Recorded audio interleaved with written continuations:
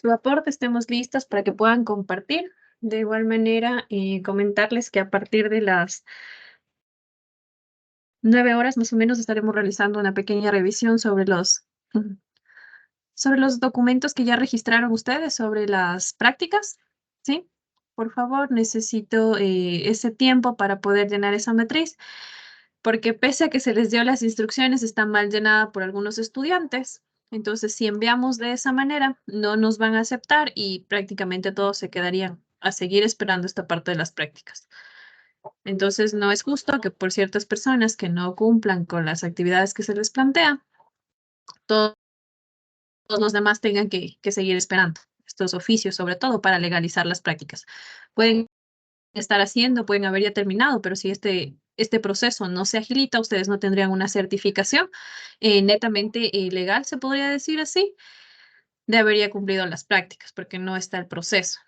Entonces, por eso, si pueden comentarles a sus compañeros que se conecten de manera obligatoria, sobre todo a las personas que van a hacer prácticas en la parte fiscal, para poder llenar esa matriz uno por uno y esperemos de esa manera poder completar. El señor Pesantes ya nos está ayudando revisando ortografías, quienes escribieron mal. Entonces, para los compañeros, tanto el señor Pesantes, la señorita Isa y la señorita Angie, ha sido un proceso bastante complejo y se agudiza más debido a la falta de colaboración de algunos de sus compañeros.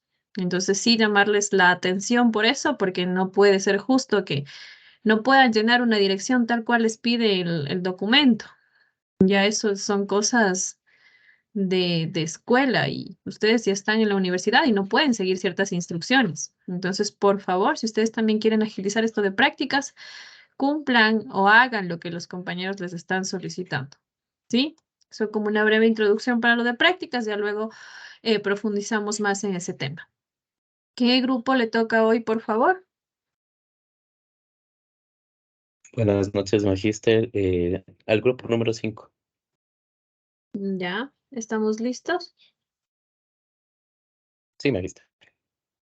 Ya, perfecto, compartamos, por favor.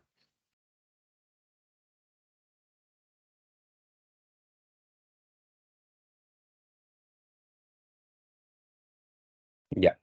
Eh, Buenas noches, Magíster. Buenas noches, compañeros. Somos del grupo número 5. Nosotros vamos a abordar el tema del trastorno bipolar. El trastorno bipolar es una enfermedad mental que puede ser crónica, es decir, que es persistente o que ocurre constantemente. Puede ser también episódica, que significa que ocurre ocasionalmente a intervalos irregulares. Si bien todas las personas experimentamos altibajos normales, con el trastorno bipolar, la variedad de cambios de estado de ánimo puede ser extrema. Las personas con este trastorno tienen episodios maníacos o estados de ánimo inusualmente elevados, en los que pueden sentirse muy felices, irritables o animados, y en los que hay un marcado aumento del nivel de actividad. También pueden tener episodios depresivos, en los que se sienten tristes, indiferentes o sin esperanza, combinados con un nivel de actividad muy bajo. Algunas personas tienen episodios hipomaníacos, que son como episodios maníacos, pero no son suficientemente graves como para causar un deterioro marcado en el funcionamiento social o laboral. Eh, Siguiente, tipos de trastorno. Tenemos tres tipos básicos de trastorno bipolar y todos suponen cambios evidentes en el estado de ánimo, energía o niveles de actividad. Tenemos el trastorno bipolar 1, trastorno bipolar 2 y trastorno ciclotímico, de los cuales hablaré las características más adelante. Siguiente. Como factores de riesgo, pueden aumentar el riesgo de padecer trastornos bipolar o que pueden actuar como desencadenantes del primer episodio. Tenemos factores genéticos, que pueden ser antecedentes familiares. El trastorno bipolar tiende a ser hereditario, lo que significa que es más común en personas cuyos padres o parientes cercanos tienen la enfermedad. Factores ambientales. Algunos factores ambientales como el estrés o el consumo de sustancias nocivas, entre drogas o alcohol, pueden desencadenar episodios de trastorno bipolar. Trastornos mentales persistentes. Las personas que tienen trastornos mentales como la depresión mayor o trastorno de estrés postraumático tienen un mayor riesgo de desarrollar trastorno bipolar. Historial de trastorno del ánimo. Las personas que han tenido episodios de depresión mayor o trastornos afectivos estacionales tienen un mayor riesgo de desarrollar trastorno bipolar. Entre las características, hablando de trastorno bipolar, siguiente. 1. Se define por episodios maníacos que duran al menos 7 días, la mayor parte del día, casi todos los días.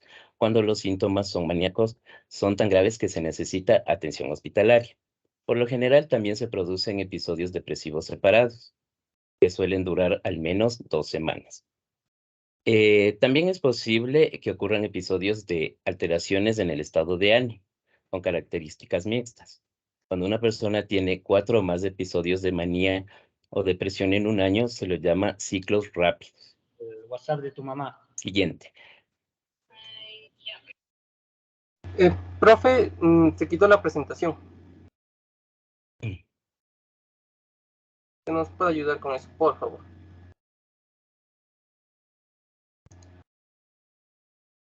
Ya está, señor Valdivieso. No se ve.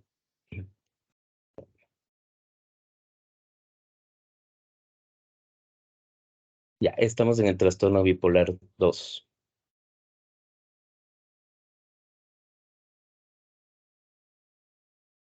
Ya.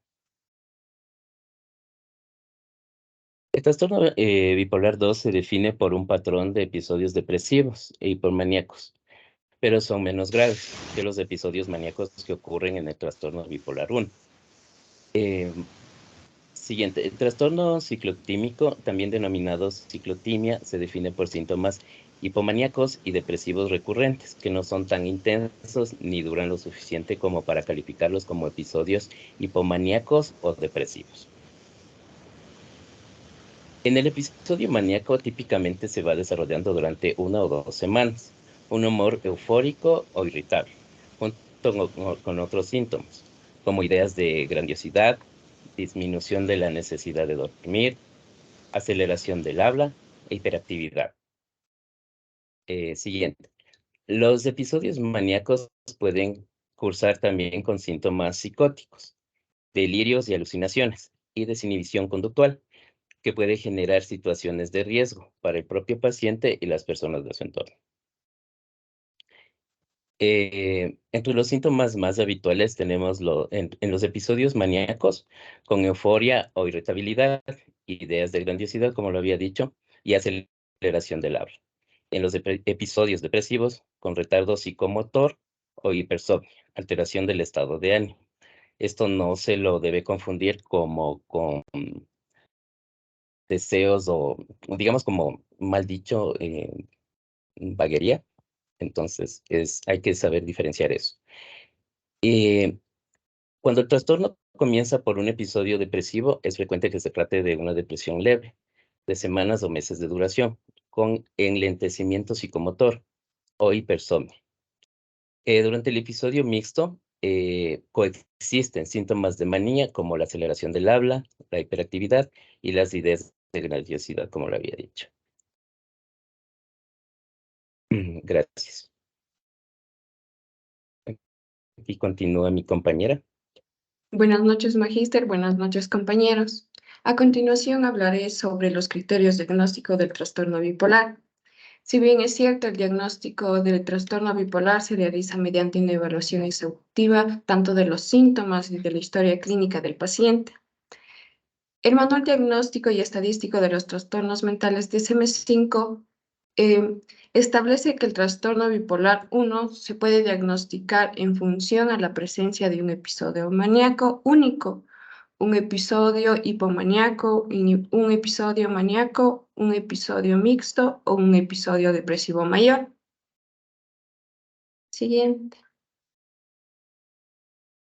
Los episodios depresivos y maníacos o hipomaníacos, estos pueden ocurrir con una frecuencia mínima de 4 episodios en un año para cumplir con el criterio diagnóstico. Estos episodios deben durar al menos una semana o 4 días en el caso de la hipomanía. También es importante destacar que el diagnóstico debe ser realizado por un profesional de la salud capacitado y el profesional no debe basarse únicamente en la presencia de uno o dos síntomas. Siguiente.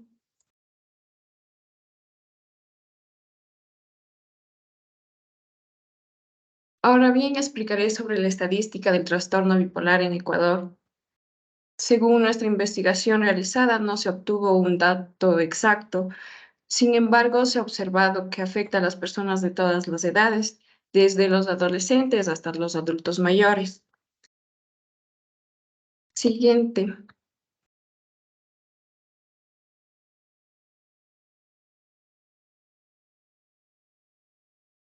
Como primera investigación tenemos a la Organización Mundial de la Salud, lo cual determina que este trastorno afecta a 60 millones de personas en todo el mundo, pero específicamente en Ecuador se estima que 5 de cada 100 personas presentan esta enfermedad, siendo una de las enfermedades mentales más comunes, severas y persistentes. Siguiente. Como segunda investigación tenemos a la Organización Panamericana de la Salud en el año 2018. Menciona que alrededor de los 20 años de edad surge un patrón que se mantiene estable durante la juventud y la edad adulta. Los trastornos mentales graves como la esquizofrenia y trastorno bipolar ocupan alrededor del 8%. Además, indica que el trastorno afectivo bipolar representa aproximadamente el 16.2% de los trastornos mentales más graves en Ecuador. Siguiente. Como tercera investigación, tenemos el tema de la prevalencia de trastorno bipolar y factores asociados en las parroquias rurales del Cantón Cuenca, realizada en el año 2018. Según su investigación, el total de las personas que fueron estudiadas en el intervalo de tiempo de enero del 2018 a junio del mismo año, 32 personas presentaron trastorno bipolar actual, que implica el 3.30%, de los cuales ocupan el 1.42% como trastorno único.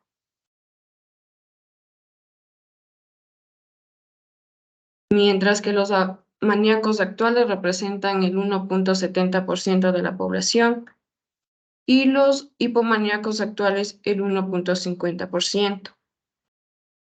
Siguiente. Como cuarta investigación tenemos el tema trastornos mentales, relación con funcionalidad y estructura familiar en parroquias rurales de Cuenca. En investigación, los trastornos mentales bipolar en convivencia fueron de 13, que equivale al 2.1%.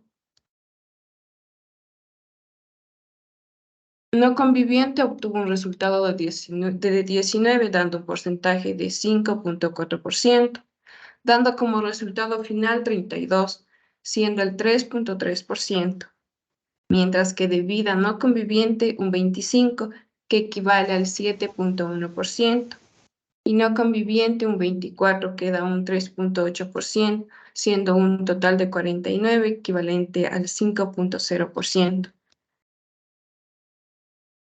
Como quinta ¿Podemos investigación, detallar? Nos quedamos en la cuarta. ¿Podemos detallar a qué nos referimos con no conviviente? no conviviente a que vive sin pareja, ¿Ya? ¿Solo? ¿Sin familia? sin familia aparte. O sea, está la persona sola en su residencia. Sí, ¿Y de vida no conviviente? de vida no conviviente.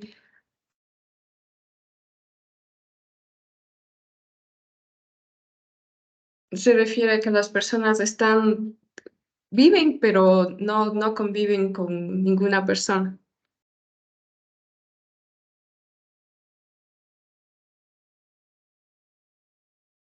¿Estamos seguros? Sí. Los demás compañeros de esta parte.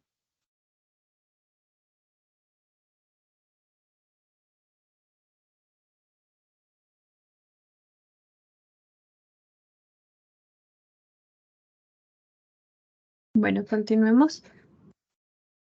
Ya. Como quinta investigación, y ya para terminar con mi intervención, en el año 2020, el perfil de morbilidad incluyó principalmente los trastornos del estado de ánimo, como por ejemplo la depresión, la distimia, el trastorno bipolar, que se dieron entre las edades de 16 a 65 años.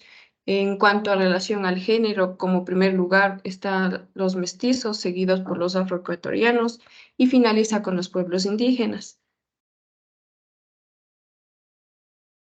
Muchas gracias. Buenas noches, magíster y compañeros. Yo les voy a hablar acerca de los posibles tratamientos. Siguiente.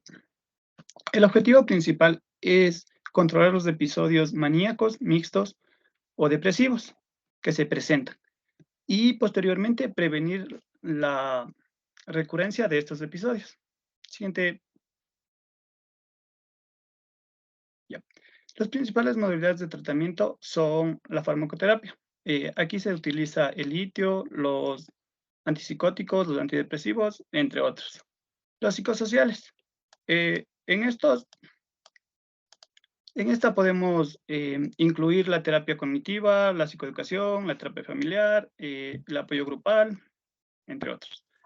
La neuroestimulación es la terapia, como ejemplo tenemos la terapia electroconvulsiva y la modificación del estilo de vida. Siguiente, Santi.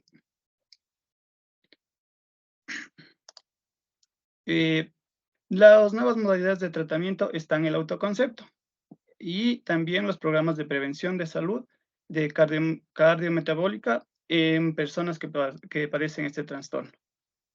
Quiere decir que los factores de riesgo promueven la salud cardiovascular y metabólica. El trastorno bipolar se ha asociado con un mayor riesgo de desarrollar problemas de salud cardiometabólica como enfermedades cardiovasculares, diabetes tipo 2, obesidad, entre otras. Siguiente, Santi. En los datos curiosos tenemos, pásale, Santi, al primero. El primer tratamiento es la línea que incluye los estabilizadores de estados de ánimo, lo que es principalmente se utilizan los fármacos. El siguiente.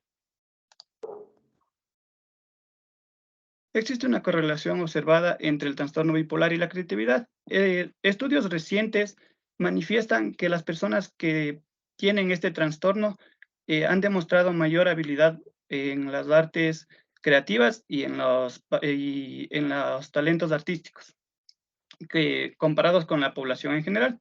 Siguiente, Santi. Algunas personas experimentan ciclos más rápidos de lo que las siguientes personas pueden expresar. Como ya mencionaron mis compañeros, el trastorno no tiene una determinada ciclo para los episodios maníacos o la depresión. Esto puede ocurrir en cuestión de días o en cuestión de horas.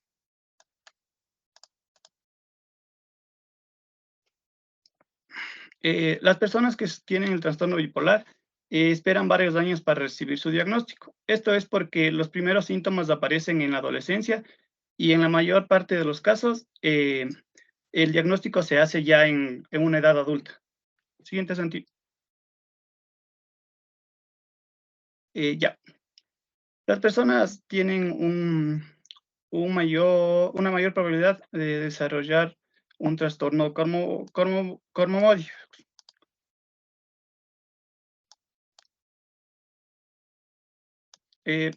Esto puede ser por varios factores, como los genéticos, los biológicos, los ambientales, entre otros. Muchas gracias. Ahora, para tener una idea más clara, pues vamos a presentar un roleplay sobre lo que es el trastorno bipolar. Adelante, compañeros. Perfecto. Antes de que continúen, ¿cuál sería la diferencia entonces con el ciclotímico?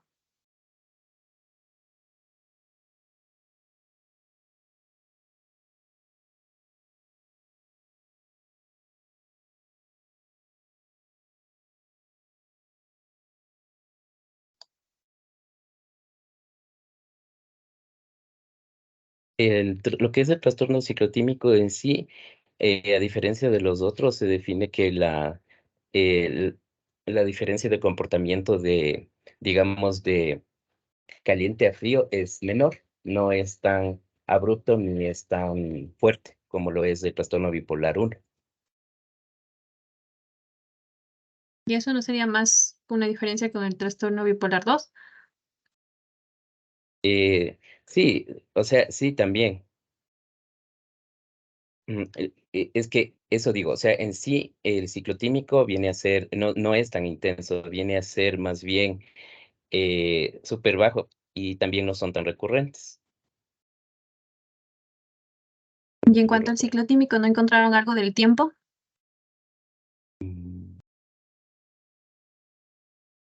A ver, sí, no son tan intensos ni duran lo suficiente, justamente como para calificarlo como episodio hipomaniático. Hipomaníaco. Ya, ¿y los demás? ¿Qué pueden decir? ¿El ciclotímico cumple franjas de tiempo exactas o no?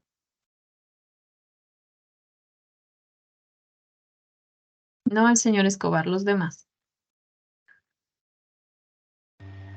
Son más, como dijo Diego, es de corta duración, por eso es como que hay una diferenciación, por así decirlo, entre los otros tipos de trastorno bipolar. Es que también, Pero dentro de su exposición, ustedes dijeron que puede durar un trastorno bipolar horas o puede durar en días. sí, pero es que eso también depende de la persona y depende del origen del trastorno. Es que, por así decirlo, cada persona con el trastorno va a depender su ciclo de estado de ánimo, de cambio del estado de ánimo. Porque como vimos también, puede que ciertas personas cambien en horas o en días o en semanas. Entonces va a depender mucho también de la persona. O sea, por lo general es en semanas el cambio de estado de ánimo, pero en otros puede suceder en horas o en días. Por eso ahí dependería cómo es la etiología del trastorno y todos los factores de la persona, de por qué hay ese cambio brusco de los estados de ánimo. Ya, bueno, pero eso es algo que tomamos en consideración antes de diagnosticar, ¿sí? Pero la ciclotimia es importante tomar en consideración para los demás que se presenta o que nosotros tenemos que identificar que esté primero 2 años, ¿sí? Como mínimo. ¿Y por qué se lo llama ciclotímico? Porque cumple ciclos. Entonces, como que tiene más arraigado esta situación de ciclos, de cumplir un tiempo tal vez de un estado leve, eso sí, como ustedes lo mencionaban, de algún tipo de manía y también de algún tipo depresivo. Ya, pero tiene como esta característica de tener ciclos, por eso es ciclotimia, ¿ya? Porque voy cambiando, voy alternando, pero de manera más precisa en los tiempos. A diferencia de lo bipolar que ustedes decían, uno puede permanecer horas, días y el otro puede permanecer meses. Eso es una de las diferencias. ¿A partir de qué edad yo puedo diagnosticar o cuáles serían las edades exactas para diagnosticar un trastorno bipolar? Menos el señor Escobar ni el señor Valdivieso.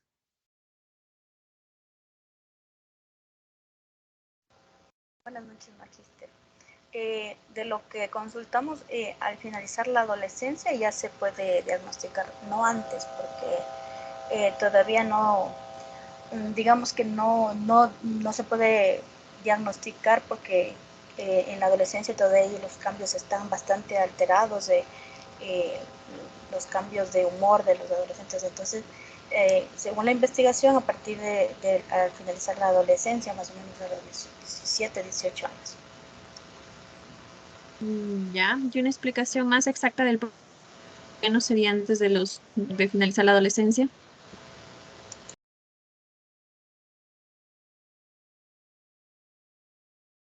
Señor Cuarán. Como bien lo dije antes, los síntomas normalmente aparecen en la adolescencia, pero no son tan recurrentes. Entonces, por eso es que la mayoría de profesionales diagnostican al terminar la adolescencia, en un periodo de lo que serían los 18 a 20 años, se hace la mayoría de parte de diagnósticos. Y señorita Estudito.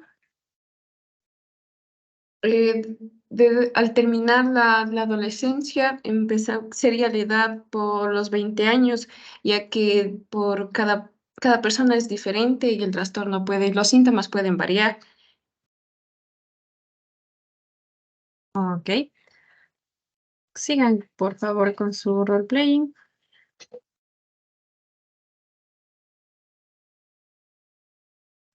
Listo. Ana, ¿estás lista? Sí, Ok. Estimada Ana, buenas noches. ¿Cómo te encuentras? ¿Cómo has estado? hola doctor, ¿cómo está? No, pues, ¿qué te podría decir? Estoy un poco, no sé, quieta, no sabría cómo explicar. Tal vez alguna palabra con la que quieras expresar esa inquietud que tienes. A ver, ¿qué te podría decir? Mira, hace una semana Ujú. he experimentado un cambio en mi manera de pensar, en mi manera de ser. Te cuento que no he dormido esta semana, he dormido solo unas 2 horas en toda la semana, pero no me siento cansada, estoy animada, tengo muchas cosas en la cabeza, tengo muchas cosas que hacer. Si bien es cierto, yo vine a la terapia para que me ayudes con el tema de la depresión, pero no sé, yo creo que esto es cosa que uno tiene que poner de su parte. Yo creo que si yo creo que yo soy una persona que puedo salir adelante, puedo hacer. Mira que he estado pensando en viajar. Quiero recorrer todo el Ecuador. No sé, quisiera comprarme un carro. Yo sé que el banco sí me va a prestar, ¿sí? Entonces yo ya hice cálculos, yo ya estoy hablando, entonces me quiero comprar un carro, quiero viajar por todo el Ecuador. Yo creo que esa es la forma que me voy a quitar todo esto que cargo, este peso. Entonces, eso es lo que estoy pensando, estoy planeando. También he estado pensando en escribir un libro. eh, no sé, yo sé que yo estoy segura que el libro que voy a escribir de autosuperación ya tengo todo planeado. Seguro va a ser un bestseller. Estoy más que segura que va a ser un bestseller. Ya, sí, estimada Ana, me llama mucho la atención lo que me cuentas, porque justamente en sesiones anteriores me habías comentado que te sentías triste, te sentías desanimada, igual me contaste que tus padres no te apoyaban y fue una de las razones, motivos que viniste acá a la clínica. Entonces, sí me llama mucho la atención tu cambio, por así decirlo. ¿Desde cuándo te has sentido así? ¿Desde qué fecha te has sentido con, con esa emoción? Bueno, ¿qué te puedo decir? Mira, a mí se me ha presentado, no sé, esta semana, no sé, el fin de semana, salí con unos amigos, conocí a una persona, salimos, la pasamos súper bien y, no sé, sentí como un déjà vu, no sé cómo decirlo, pero algo que me dijo, no, o sea, ¿qué pasa? Cambiamos esa actitud. Entonces dije, sí, pues la verdad es que ¿por qué tengo que encerrarme? ¿Por qué tengo que quedarme sola? Tengo que disfrutar la vida, uno es joven, uno tiene que disfrutar. Sí, te entiendo, estimada Ana, lo que me cuentas. No sé si te has percatado de estos estados de ánimo, por así decirlo, que hace unas semanas atrás estabas un poco triste y ahora estás con bastante energía. ¿Te has percatado de eso antes de lo que viniste hoy a sesión? ¿Sabes que no me había fijado en eso? Pues sí, fíjate que yo desde la adolescencia, no sé, a los 20 años más o menos, he pasado de estos estados, pero la verdad no me he estado fijando mucho. Siempre más he estado un poco más en el tema de la depresión, pero sí he tenido estos. Solo que mira, o sea, cuando yo te hablo de mis papás, cuando yo te cuento de que ellos no me quieren apoyar, o sea, yo me siento sola, me siento mal. O sea, mis papás, o sea, si yo tomo un estado de ánimo alegre, quiero hacer cosas, me dicen que estoy mal, que estoy loca, que me pasa. Entonces luego ya, a mí, o sea, definitivamente yo me desanimo y solo quiero echarme en la cama y no quiero levantarme y no quiero hacer nada. Entonces, o sea, ¿quién les entiende? No, sí, yo te entiendo, estimada, lo que me cuentas, que a veces nos falta ese apoyo de parte de la familia, pero ¿cuándo han sido más recurrentes estos cambios, por así decirlo, de estados de ánimo que has tenido? Porque me cuentas que ha sido desde la adolescencia, pero ¿cuándo han sido un poco más recurrentes?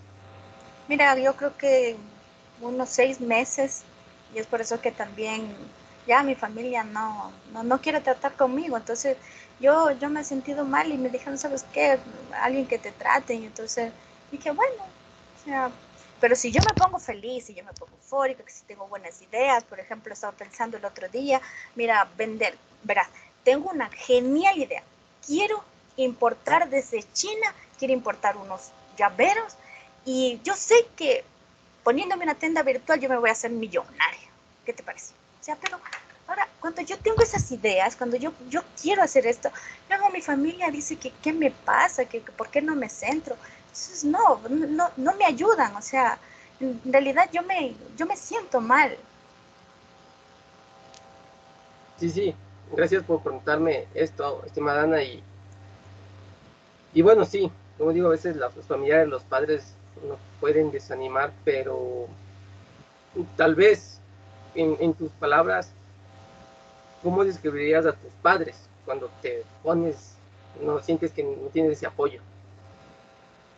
Son unas personas que no me entienden, que no me comprenden. O sea, yo siento que a veces nadie me comprende, que yo estoy sola en el mundo, o sea, que nadie me apoya. Yo tengo buenas ideas y cuando yo ya no quiero hacer nada, vuelta me dicen que yo soy una vaga, o sea, que no quiero hacer nada, que no apoyo. Entonces, o sea, no, con mis papás yo no, definitivamente no logro comprender. Ok, y hablando igual un poquito de tus padres, tal vez en tu familia o tus padres mismos han tenido igual sentimientos de tristeza, tú has visto que ellos han tenido este sentimiento. Mira que si me pongo a pensar en realidad, sí tengo un tío que sufre de estos estados y así, bueno, también siempre ha sido el problemático y siempre me están comparando con él.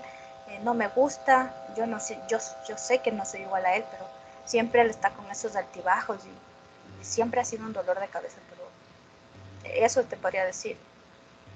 Ok, mira, estimada Ana, con lo que me estás contando y como te dije cuando iniciábamos las sesiones, es importante tener siempre la confianza para todo, y sabes muy bien desde la primera sesión que todo lo que tú me digas se queda conmigo y de aquí no sale prácticamente. Igual la confianza que hemos ido desarrollando. Veo que has cambiado porque cuando viniste a las sesiones viniste justamente porque pensaste que tenías depresión, y por eso también hemos estado llevando un tipo de terapia para ayudarte con eso. Pero ahora con este cambio que me dices, estoy viendo que posiblemente tengas otro diagnóstico en, en donde nosotros tenemos que ayudarte de una forma diferente. No sé si me vas entendiendo. Ya, pero cuando dices otro diagnóstico, ¿a qué te refieres? Ya, mira, yo ¿Qué puede ser? no me quiero adelantar, tenemos que hacer igual con otra ayuda de otros profesionales, también unos colegas, en ir también en la parte médica con un amigo psiquiatra, con los amigos psiquiatras para descartar un posible diagnóstico de trastorno bipolar. No es seguro, no te Espera. estoy, Tú me no te, estás diciendo, espera, ¿estoy entendiendo bien? Bipolaridad, tú me estás diciendo a mí que yo, o sea, pero Santiago, por favor, o sea, no, tú, estimada Ana, espérame, estoy diciendo para descartar, porque puede que estos síntomas que ahorita tienes, que me has contado, pueden que no sean. Entonces, pero queremos Santiago, tú descartar me esto estás diciendo, no, escúchame, tú me estás diciendo que yo estoy loca prácticamente, o sea, con ese no, diagnóstico, o sea, yo no estoy loca, yo estoy bien, o sea, yo no me siento loca, yo siento que yo tengo la mente centrada, o sea, yo no estoy delirando, no sé, no ando por la calle gritando, o sea, tú me estás diciendo eso, yo me vas a, ahora sí me voy a poner loca de verdad. No, estimada, nunca dije que estés loca, pero hay que descartar ciertos diagnósticos porque te explico, el trastorno bipolar es justamente esos cambios de humor que tú me estás diciendo que has tenido. Ya es algún tiempo que has sentido con eso, incluso te sientes como atrapada. Básicamente así debes sentirte según lo que me explicas. Entonces, para descartar este posible diagnóstico, entonces todo lo que nosotros hacemos es para ayudarte. Como digo, nunca digo que estés loca, sino más bien queremos ayudarte a que tú te sientas bien, que en tu familia también se sienta bien. Entonces, con lo que yo te digo es para ayudarte. Nuevamente, el trastorno bipolar es ese cambio de ánimo de básicamente estar triste y después de un tiempo estar eufórico, estar emocionado y querer hacer muchas cosas. Entonces, es lo que me estás contando. Por eso es lo que yo te digo, vamos a ver, descartar este tal vez posible diagnóstico o seguimos tratándote y seguimos en la terapia de la depresión, porque eso es lo que te va a ayudar. Nunca digo que estés loca, sino esto te va a ayudar a ti. Y lo que nosotros hacemos, vamos a planificar ciertas terapias en base a ti, porque lo que nosotros trabajamos también es un enfoque integral para tu salud, para ti. No sé si me vas entendiendo por ese lado. Sí, te entiendo, Santiago. O sea, quiero estar tranquila, quiero estar bien, no quiero que me digan, que me anden tachando de loca por la calle, o no. Ya no quiero lidiar con estas cosas ya. Necesito en realidad ayuda y obviamente estoy dispuesta yo a seguir cualquier tratamiento que sea necesario para poder estar mejor. Sí, eso mismo, estimada Ana, ¿qué te parece si vamos viendo ciertos tratamientos que te vayan a ayudar a ti y quiero agendarte una cita con nuestro psiquiatra, porque también necesitamos la perspectiva médica para trabajar multidisciplinariamente para ayudarte a ti? Nuevamente, todo lo que nosotros hacemos es para ti. Y ¿qué te parece si la agendamos dentro de unos 2 días para que acudas con nuestro psiquiatra, que él también te vea y también le plantees varias cosas de lo que me has contado? Y conmigo nuevamente nos vemos la próxima semana. ¿Estás de acuerdo? Sí, no hay problema. Hecho, estimada. Entonces, un gusto, gracias nuevamente por contarnos esto y vamos a estar ayudándote en lo que necesites. Ya sabes, tienes nuestros contactos, tienes nuestros números, nos puedes llamar, así como lo hiciste esta vez, o nos puedes mandar un mensaje para agendar una cita antes, pues estamos gustosos para ayudarte. Esto es todo, estimada, y muchas gracias nuevamente por estar aquí. Gracias, Santiago, gracias.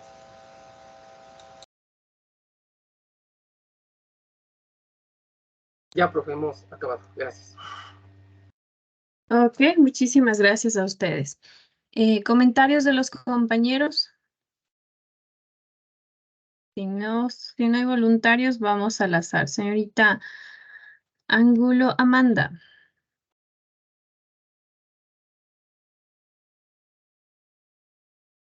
Muy buenas noches. Creo que sí se notaba como esta fase maníaca de característica del trastorno, por lo que pues, su paciente decía que quería hacer muchas cosas, que ya había encontrado nuevas ideas o que nadie le apoyaba en las cosas que ella pensaba. En esta parte como que sí me queda como, no sé, una duda o una preocupación de cómo ayudar a estas personas, porque así en esos momentos ya sí, voy a seguir la terapia, voy a hacer todas las cosas que me mandaste a hacer, y luego de repente cambian de opinión o se desaniman de esas cosas que ellos estaban pensando.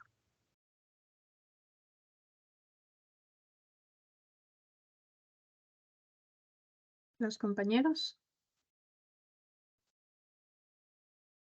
Sí, yo pensé que era la pregunta para la profe. Ustedes dominan el tema ahorita. Ok, está bien. Es poco complicado, como dice la compañera, porque la cosa es identificar el diagnóstico y ya decir, pues, básicamente tienes este diagnóstico. Entonces, ya cuando uno tiene, ahí es el punto de ayudarlo bastante. Y también el apoyo familiar sirve bastante, por eso la terapia cognitivo-conductual y terapias psicosociales ayudan bastante. Y prácticamente la terapia con medicamento, que casi siempre la dan en pacientes con trastorno bipolar. Entonces, también depende del círculo de que le rodee, es bastante importante y apoyarlo, porque si es un trastorno psiquiátrico, entonces sí es básicamente estar ahí siempre pendiente de estarle ayudando y apoyando. Básicamente es lo que podría decir. No sé qué dicen los demás. ¿Alguien más quisiera aportar?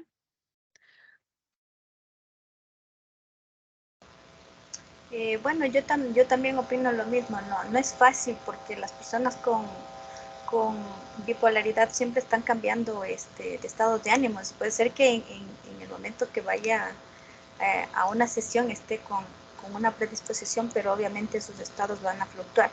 Entonces, comparto la idea con Santiago, ¿no? Uno debe de tener, buscar que haya un apoyo familiar, ¿no? De una red de apoyo, como se dice.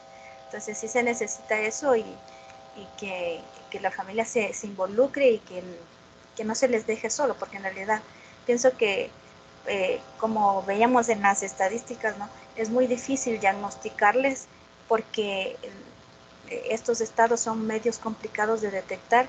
Entonces, como que la familia dice, no, es que es así, es su forma de ser, desde la adolescencia fue así. Entonces, hay que hacer una concientización también a nivel familiar para que haya este apoyo y que el enfermo se pueda enganchar a la terapia.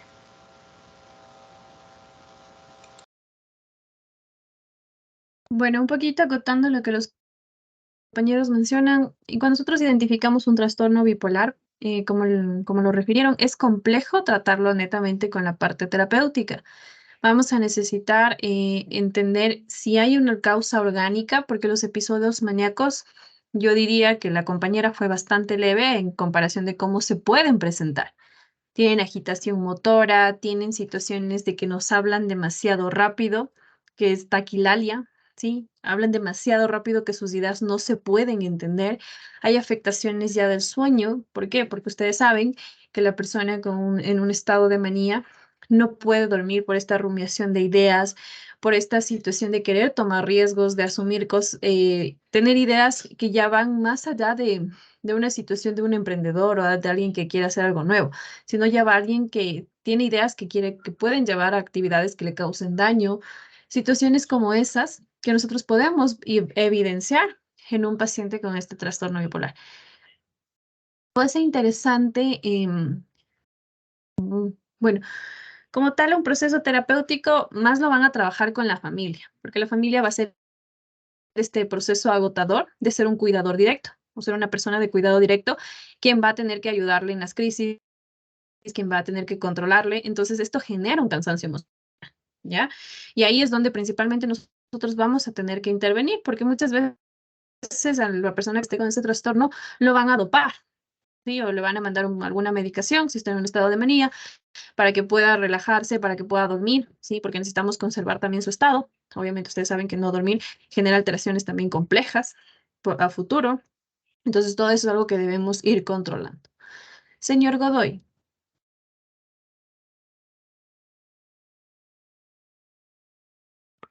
Magister, buenas noches, compañeros, buenas noches.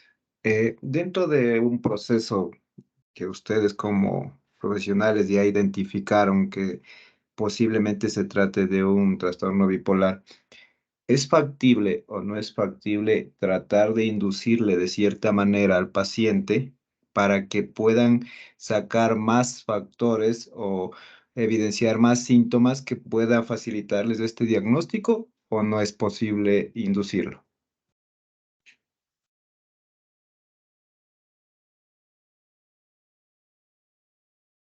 A ¿Cómo excepción del inducirlo? compañero Bueno. Valdivieso. No, es que inducirlo a qué, porque no sé igual si los compañero. Sí, pues iba a preguntar. A ver, Entiendo que la pregunta va al que ustedes dentro de su role-playing le mencionaban ciertos síntomas y ciertos signos, ¿ya? Que le inducían a la paciente a decir sí, sí tengo o como a mencionar esto. Entiendo que por ahí va la pregunta. ¿O no, señor Godoy? más que todo, yo lo estoy haciendo es como facilitarle un poco más el diagnóstico al profesional. Como le decía, si yo ya veo que en cierta manera eh, no tiene tanto como lo acabamos de ver con la compañera que dijo usted también, es algo leve que se podía mostrar, ¿cómo yo puedo inducirlo más para que la paciente de cierta manera pues pueda dar más características de estos síntomas de cambio maníaco o lo que le quieran ustedes identificar? Por eso decía, ¿tengo yo la posibilidad de inducirlo o no? ¿Por qué? En cierta manera hablaba que quiere salir, que tenía mucha euforia por buscar. Y si yo le pongo y le digo al paciente, le digo, tu familia no te permite esto, ¿esto qué te causa? No sé, por ahí lo veo, o sea, si me causa tristeza, me causa ira, y por ahí nosotros seguirle buscándole la manera de que este paciente siga mostrando este tipo de aspectos que me van a poder ayudar a identificarle este cambio repentino de humor y todo esto. A ver, según lo que entiendo y lo que puedo percibir, bueno, yo pienso que no solamente en este trastorno, sino que en todos los trastornos los pacientes no pueden identificar todas las características de la enfermedad. Entonces, nosotros tenemos como psicólogos tenemos que ir haciendo las preguntas exactas, ¿no? Buscando, porque obviamente ya nosotros vamos viendo hasta dónde dan las características y nosotros vamos a ir preguntando. Por ejemplo, en el trastorno bipolar, ya, ¿has tenido hostilidad, por ejemplo? ¿O eres una persona hostil? ¿O qué pasa cuando tus padres no te dejan hacer algo? Entonces, obviamente, no pienso que es inducir, sino que es hacer las preguntas adecuadas para poder entender y poder diagnosticar de la mejor manera. Y no solamente, como digo, en el trastorno bipolar, sino que yo creo que en todos los trastornos deberíamos de hacer las preguntas adecuadas. Bueno, acotando un poco a lo que la compañera menciona, más que incidir, sí, yo le vería más como persuadir. ¿Sí? Persuadir en base a lo que el paciente me comenta y de ahí indagar un poco más qué es lo que le hace sentir, cómo se siente, qué es lo que hace en ese momento, que obviamente está bastante acertado. ¿Por qué? Porque si yo identifico que me dice, es que siento que nadie me entiende, ya, entonces, ¿qué es ese nadie me entiende? Bueno, explícame por qué me dices que nadie te entiende. Es que, verá, yo quiero saltar, hacer parapente, pero desde el edificio de mi casa y mi familia no quiere. Bueno, ¿y qué te dice tu familia? Ah, que estoy loco, que no debería hacer eso. Ah, ok. ¿Y tú con esas palabras cómo te sientes? Ya, entiendo que es eso la pregunta que el compañero Godoy realiza. Y sí, obviamente nosotros siempre vamos a ampliar más la información de lo que el paciente nos brinda, con preguntas, en este caso, de cómo se siente, de por qué lo hace o de cómo percibe esa situación. Entonces, más que incidir, yo creo que sería persuadir a nuestro paciente para que nos brinde la información que nosotros necesitamos para poder diagnosticar. ¿Ya? Un poquito completando la respuesta que nos brindó la señorita Ortega. Perfecto, vamos a quedar ahí, por favor. Siguiente grupo.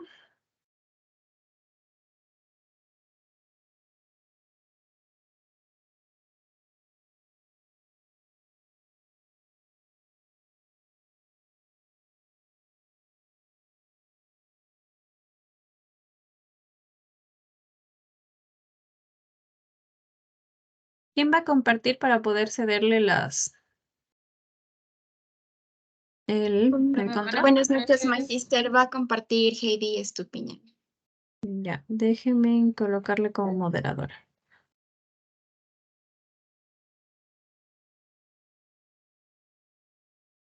¿Ya? ¿Ustedes qué tema tienen? El trastorno de pánico. Perfecto. Un tema interesante. A ver, vamos a continuar.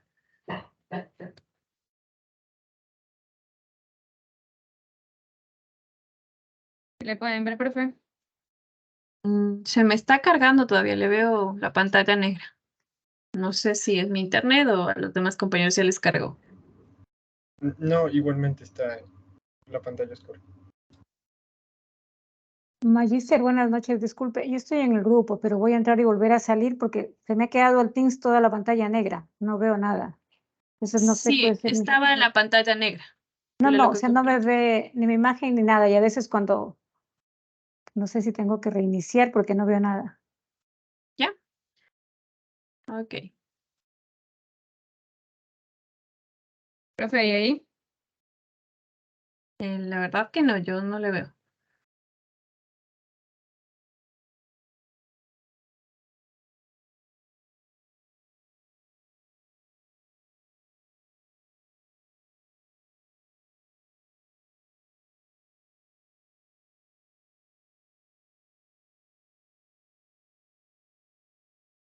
Listo, gracias. Ok.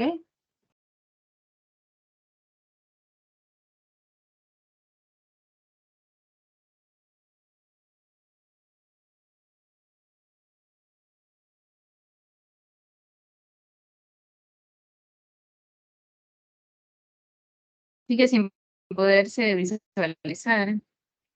Yo no puedo verlo todavía. Sí. No se lograba, mira. Magister, en tal caso, ¿me podría dar paso a mí para ver si es que yo logro compartir las diapositivas, por favor? Ya le cedo el paso, señorita Elsa. Gracias. Gracias. ¿Ya?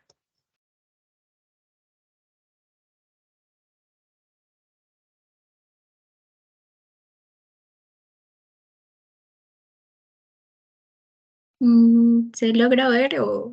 Sí, ya se puede ver. Ok, ya. Continuemos. Buenas noches, Magister. Buenas noches, compañeros. Nosotros somos grupo número 6 y vamos a hablar respecto al trastorno de pánico. Vamos a hablar respecto a la definición, características, criterios diagnósticos, estadísticas en el Ecuador, posibles tratamientos, los datos curiosos y por último vamos a hacer una interpretación. Ok, muy buenas noches. Voy a definir el trastorno. Como tal, es un tipo de trastorno de ansiedad que causa ataques de pánico. Estos son repentinos, de terror y sin un peligro aparente. Tienen una duración de 5 a 20 minutos y en algunos casos incluso pueden durar varias horas. Estos ataques suelen ser aterradores y pueden llegar a interferir en las actividades de la vida diaria. Por su parte, según el DSM-5, los ataques de pánico se refieren a la aparición súbita de miedo intenso o de malestar intenso, que alcanza su máxima expresión en minutos, y durante este tiempo se Perdón que les producen... corte. Perdón que les corte un momento. Justo estaba viendo la planificación y ustedes tienen trastorno de pánico específicamente. Y ese trastorno de pánico hablaríamos ya dentro de los trastornos neuróticos. Sí, es decir, ya estamos avanzando a la unidad 3. Vamos a quedarnos ahí, por favor. Sí, para después de estas clases ustedes empezarían, porque esto no iría en su examen de la segunda unidad ni tampoco en el examen parcial. Sí, porque si vemos un poquito el sílabo, estamos dentro de los trastornos neuróticos, el trastorno de pánico. Eso decía que raro que ya empecemos ese tema. Sí, vamos a quedarnos ahí. Mil disculpas, pero me gustaría que esto empecemos conforme empezamos la segunda parcial. Ok. eh, a ver, voy a comentarles un poco en cuanto... Ya. Vamos a hablar un poquito de las generalidades de los temas, señor Godoy. Dígame, magister. Está alzado la mano. Creo que se le quedó alzado la mano tal vez. No, está bajada. No se preocupe. Ok, entonces, Bueno, terminamos un poco de retroalimentar. Hablamos del episodio maníaco. Sí, hablábamos de la parte de la manía con y sin síntomas psicóticos, porque esto también se puede presentar. Es importante tomar en consideración que la manía se va a presentar en distintos niveles o de distintas intensidades. Y dentro de este punto de hablar de intensidad, nosotros tomamos en referencia de que todos en algún momento podemos tener ciertos síntomas de manía, ¿ya? ¿Y cómo me dirían ustedes que pueden haber evidenciado que en alguna etapa de su vida sintieron manía en algún momento? No patológica, ¿sí? ¿Pero en qué momento podemos sentir manía? Cuando nos sentimos muy estresados, por ejemplo, la Mm. semana de exámenes. Y está todo el tiempo así como que. ¿Ya? Cuando estamos o tenemos que hablar frente al público porque sentimos que todos nos están observando, nos están viendo, están pendientes de nosotros y a veces no es tanto así. ¿Ya? Cuando está decidiendo si tomar o no un riesgo, por decir lo que dijo usted, si se lanza o no de un parapente. ¿Ya? Señor Cabrera. En una, Magíster, cuando tal vez, bueno, pasado creo, le da una responsabilidad muy grande, entonces tiene que tomar unas decisiones que, bueno, son muy responsables, que es dar la vida de otras personas posiblemente. ¿Ya? Bueno, en un- seguramente nosotros, señor Godoy, perdón, continúe.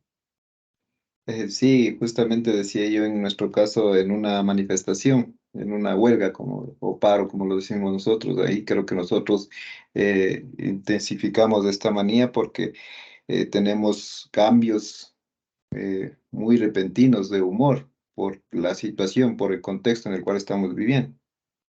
Ujú. Ya, sí. Bueno, se pueden presentar bastantes contextos en los cuales nosotros vamos a sentir algún estado de manía. Cuando ustedes tienen una responsabilidad muy grande o antes de ingresar a hablar con el público, ¿qué empiezan ustedes? Que empiezan a saltar, que se empiezan a mover, que muchas veces empezamos a gritar, que empezamos a tal vez, qué sé yo, tomarnos agua y después botamos o dejamos algo. Entonces sí son como que estos estados un poco de asociados a la manía, pero que no vienen a ser algo patológico o no tendrían síntomas psicóticos que pueden afectar este diagnóstico. Dentro de esto, me gustaría revisar brevemente, ¿sí?, lo que contiene el libro base, porque ustedes saben que las preguntas para su examen van a estar netamente del libro base. Ustedes ya debieron haber revisado, ya deben tener claro de qué se está estructurando este documento. Y empezamos con el episodio maníaco, que ya los compañeros nos explicaron los criterios diagnósticos para este episodio. Una posible intervención, ¿sí? Un trastorno bipolar.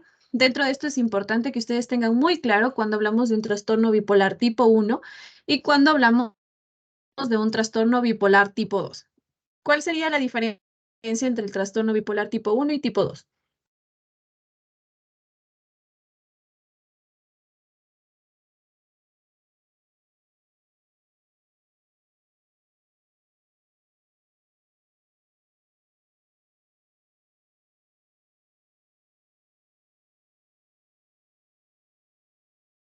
Es la gravedad que se presenta en cada uno de los casos, es decir, tanto la etapa maníaca como depresiva va a ser mayor en la fase 2.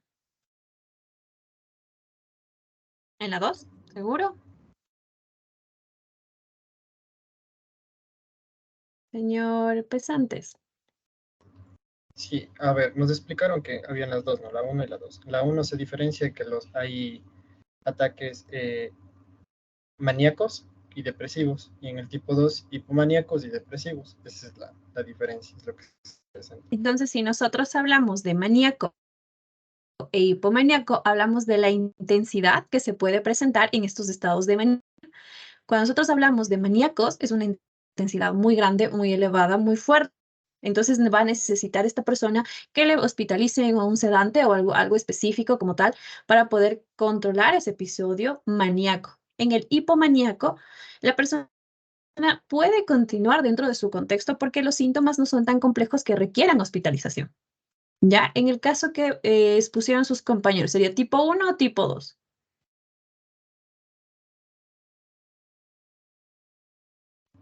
Yo creo que tipo 2 no, porque la paciente no estaba tan alterada como nos mencionaba, incluso por momento cuando le dijeron la parte de que le lleven a psiquiatría, como que se alteró un poquito, pero no pasó a mayores. Entonces yo creo que es tipo 2 por su carácter. Ya, ¿quién más dice tipo 2?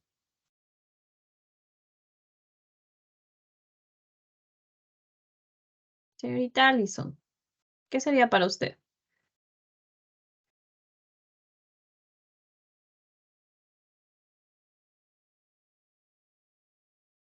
Ya se fue la señorita Allison. Señorita Cabezas. Francisco, buenas noches, compañeros. Buenas noches. Concuerdo con Estefano. Para mí, por las, por el comportamiento de la compañera, para mí sería el 2, ¿no? Porque efectivamente, si hablaríamos del 1, eso significa que es mucho más intenso y ahí ya requiere de hospitalización. ¿Ya? Sí, básicamente sí, nosotros podemos considerar como tipo 2 porque se presentaría como un episodio hipomaníaco, no maníaco como tal. Dentro de esto, ustedes tienen en el documento los criterios diagnósticos para un episodio hipomaníaco, que vemos que no necesariamente llegan a un punto de necesitar una hospitalización. Luego hablamos de la depresión mayor, ¿sí? Ustedes tienen muy claro qué es la depresión mayor, cómo esta se determina, cuáles son las características principales a tomar en consideración.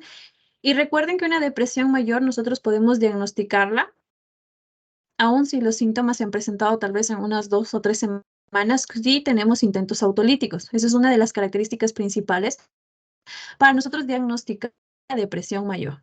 ¿Ya? Entonces aquí ustedes tienen todos los criterios diagnósticos para la depresión mayor. Dentro de intervención, es importante tomar en consideración varias áreas de la persona y trabajar desde un punto de vista.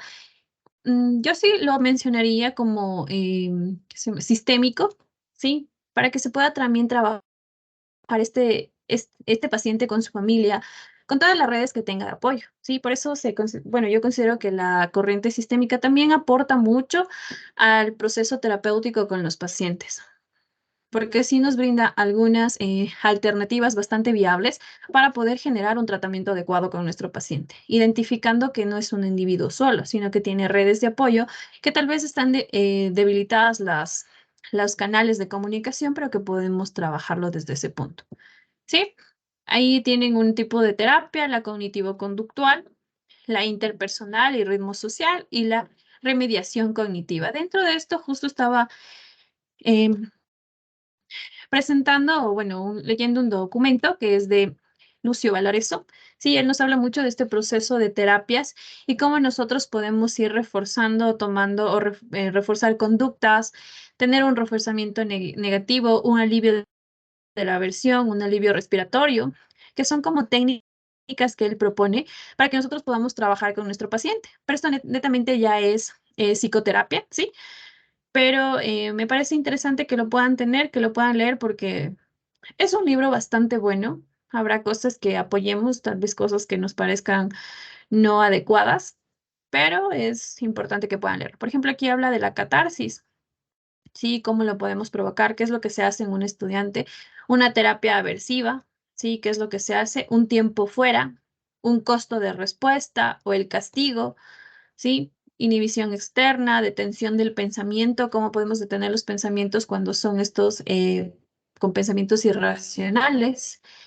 Desensibilización sistemática, cómo podemos aplicar una desensibilización sistemática, cómo se deben presentar los estímulos, cuál es la secuencia. Entonces, es un documento bastante interesante para que ustedes lo puedan leer. ¿Ok? Luego tenemos el trastorno depresivo mayor, que ya lo estábamos analizando, las características, la intervención, las terapias. Luego tenemos el trastorno depresivo persistente. Ya es más conocido como la distimia. Porque es importante tomar en consideración este trastorno depresivo persistente, porque su tiempo de presencia en la persona va a ser alrededor de 2 años a más, en donde nosotros no identificamos sintomatología, se podría decir, intensa, pero sí vemos que es una persona que no le gusta salir, que siempre parece que está aislada, que nada le toma cierto interés, o que si sale se pasa aburrido, que es bastante retraído, ¿sí? Que tiene como que la pérdida de interés por la vida, pero aún así continúa haciendo sus cosas. Esa es una persona con distimia. Sí, la distimia puede llegar a ser un trastorno depresivo mayor, sí puede llegar a ser un trastorno depresivo mayor, si los aspectos o las condiciones contextuales de nuestro ambiente cambian, la persona puede llegar a una situación depresiva mayor y, por lo tanto, consumar un intento autolítico. ¿Ya? Los trastornos de ansiedad fóbica, sí, que son más los estresantes, somatomorfos, la intervención, una exposición directa, que es bastante interesante poder hacer. El trastorno de ansiedad social o fobia social, que como su nombre lo indica, es un miedo irracional ante ciertas circunstancias sociales, ¿sí? Que yo no me enfrento, cosas por el estilo. Los tipos de terapias, la agorafobia. ¿Qué es la agorafobia? Temor a lugares abiertos. Exactamente, estar en lugares públicos, ¿sí? Una cosa es la fobia social, ¿sí? Que yo tengo miedo a interactuar socialmente con un contexto, pero la agorafobia es a lugares amplios, a lugares públicos. Por ejemplo, una plazoleta, la persona le huye de ese lugar, ¿sí? Porque les resulta sumamente estresante y complejo estar dentro de ese punto. Y ahí se desarrolla una crisis de pánico, que es lo que los compañeros iban a exponer, ¿ya? Igual la terapia cognitivo-conductual y otros trastornos de ansiedad. Trastorno de ansiedad por separación, creo que lo tenemos bastante claro, ¿sí? Cuando se genera estos pensamientos y esta sintomatología ansiosa por separarnos de una persona que es un referente de cuidado o una persona muy cercana a nosotros. Ya aquí nos dice preocupación excesiva, control como tal, mentir, empezar a decir que me siento mal para que la persona no se vaya, toda esa situación. Mutismo selectivo, eso lo tienen bastante claro. El mutismo selectivo es cuando yo selecciono ciertas personas para no hablar. ¿Ya? Eso es el mutismo selectivo, pero también tenemos un mutismo general, porque también se lo considera como mutismo parcial o mutismo total. El mutismo total es cuando yo no hablo absolutamente con nadie. Y el mutismo selectivo es cuando ciertas instancias yo no hablo como tal. Sí, la intervención, muchas veces el mutismo está asociado a situaciones emocionales, de carga emocional que afectan como tal al niño. El trastorno de pánico que se encuentra aquí, pero que lo vamos a ver dentro de la unidad 3 específicamente. El trastorno de ansiedad generalizada. Las intervenciones que nosotros podemos realizar. Los trastornos de estrés. ¿Sí? Esto es el estrés agudo, el estrés crónico. Todo eso son aspectos que seguramente ustedes ya lo revisaron. El postraumático, ¿cuál es la diferencia con el agudo? ¿Cuál es la diferencia con el estrés agudo con el estrés postraumático?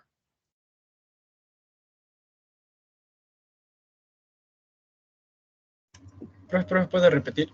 Yo no lo escuché. ¿Cuál es la diferencia entre el estrés agudo con el estrés postraumático?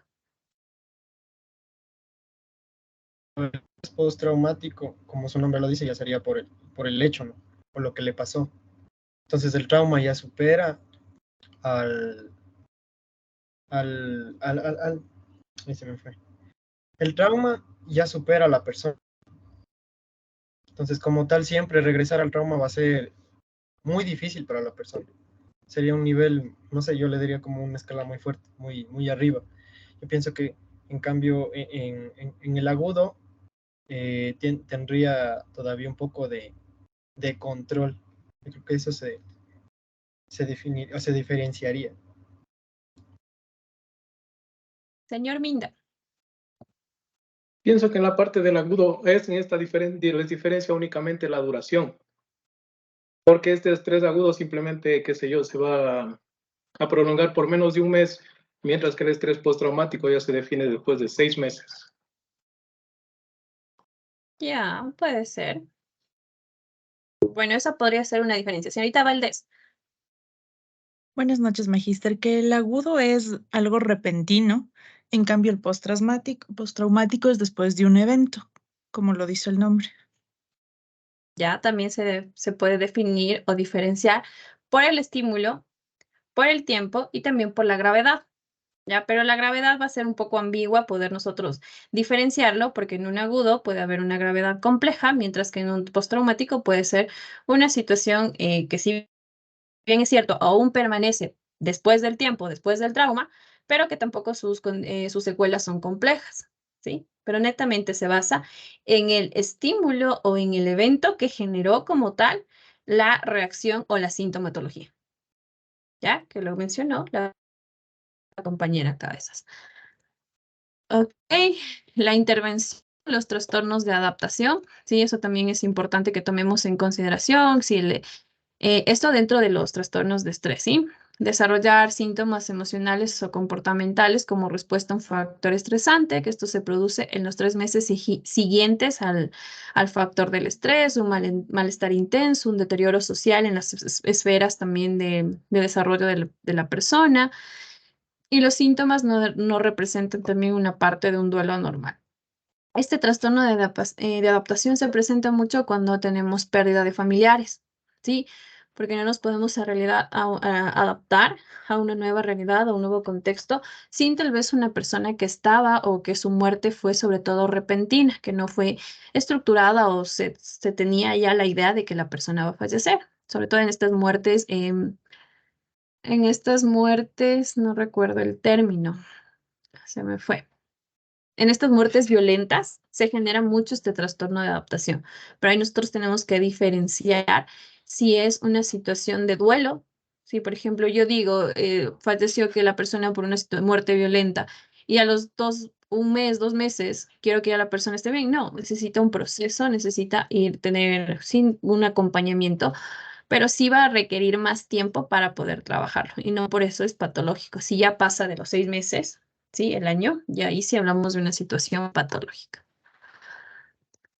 Los trastornos disociativos de la identidad disociativa, esto también tenemos que tomar en consideración al momento de identificar cuándo una persona puede disociarse como tal, ¿sí? Y esto en algún momento teníamos un caso en el cual entendíamos que la persona lo percibía, lo explicaba de una manera, pero no necesariamente llegaba a tener una identidad disociativa. Y eso es algo que nosotros cuando hagamos un abordaje debemos tomar en consideración. Si la persona tiende como en cierto momento a disociarse, ¿sí? Es decir, perderse de una realidad o perderse de las cualidades personales que tenía y adquiere otras, ¿ya? Ahí nosotros hablamos netamente de un trastorno de identidad disociativo que adquiere como tal otro tipo de personalidad.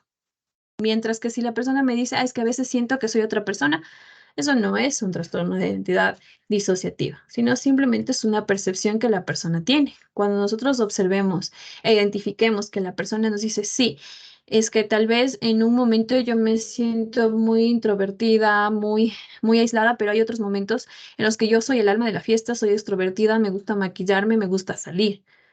Ya, ahí sí hablamos de un trastorno de identidad disociativo porque como tal, las personas que están en su contexto también nos pueden corroborar esta situación. ¿Y por qué se ha dado? ¿Cuáles son las principales causas? Se habla mucho de que estos trastornos disociativos se dan porque la persona tiene una situación o una carga emocional muy compleja, muy dura de afrontar, que para poder rechazar esa sintomatología, yo tomo o asumo otro rol o otra personalidad.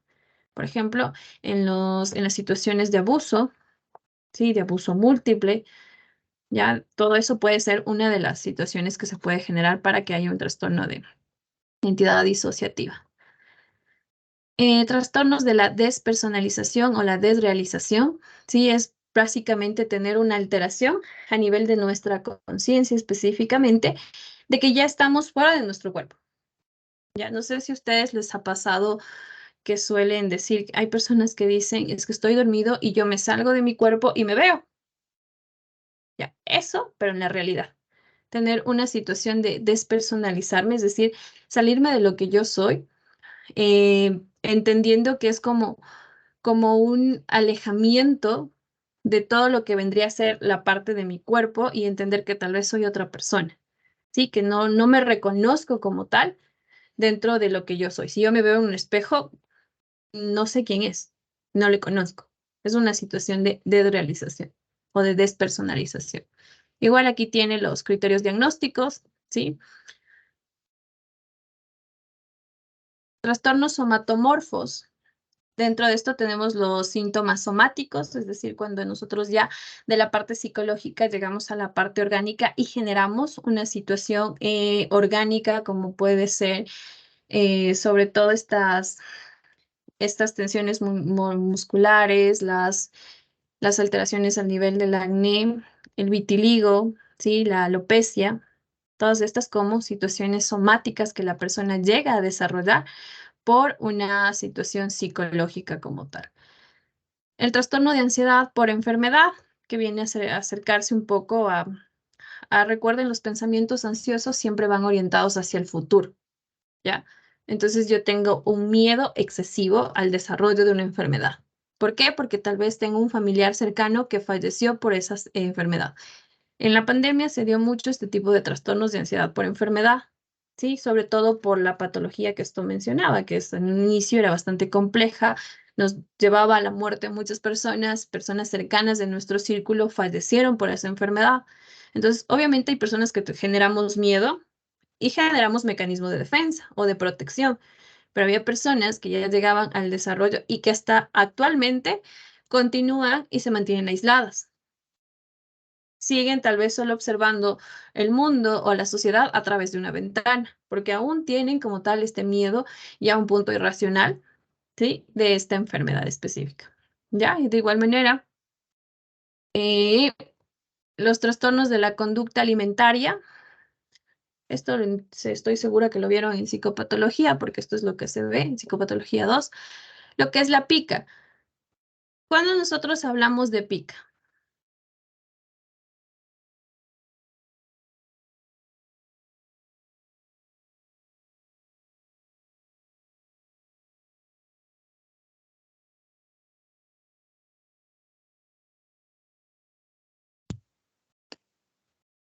Cuando se come cualquier cosa sin que sea parte de una buena alimentación. cuando nos comemos algo que no es comible, ¿sí? Por ejemplo, hay un ejemplo bastante claro, el aserrín, ¿sí? Lo que sacan de la madera, eso nos comemos. Sabemos que eso no se come, ¿sí? Eso es básicamente la pica. Y generar un gusto o querer hacerlo, muchas veces esto se da en los niños por llamar la atención de sus padres, ¿sí? Por tener un poco de afecto o de vínculo emocional, se da esta parte de la pica, ¿ya? Hay veces que se presenta en las embarazadas, ¿sí? Por lo general suelen decir que me quiero comer tierra, me quiero comer jabón, ¿ya? Pero esto ya depende más de una alteración a nivel hormonal que se tiene que controlar. ¿Que puede desarrollar pica? Sí. Sí puede desarrollar también pica dentro de un estado de embarazo. Y eso hay que tener cuidado porque hay que controlar a tiempo con una terapia cognitivo-conductual, reforzando conductas positivas y mitigando, como se dice en la parte conductual, castigando las conductas no, no, no adecuadas para ese punto. La rumiación, sí, recuerden qué es lo que hacen las vaquitas con el alimento. Siempre están rumiando el alimento, ¿ya? Entonces siempre es de igual manera, ¿ya? Genero el bolo alimenticio, pero lo vuelvo a sacar para seguir nuevamente masticando. Esa es una situación de rumiación. Estar constantemente con este bolo alimenticio, masticándolo y masticándolo. También tenemos la rumiación a nivel cognitivo, que es estar constantemente con estas ideas que generan una alteración cognitiva para mí. Por ejemplo, es que esta semana tengo exámenes, esta semana tengo exámenes, esta semana tengo exámenes, esta semana tengo exámenes. Entonces estamos constantemente con eso que genera un agotamiento emocional, ¿sí?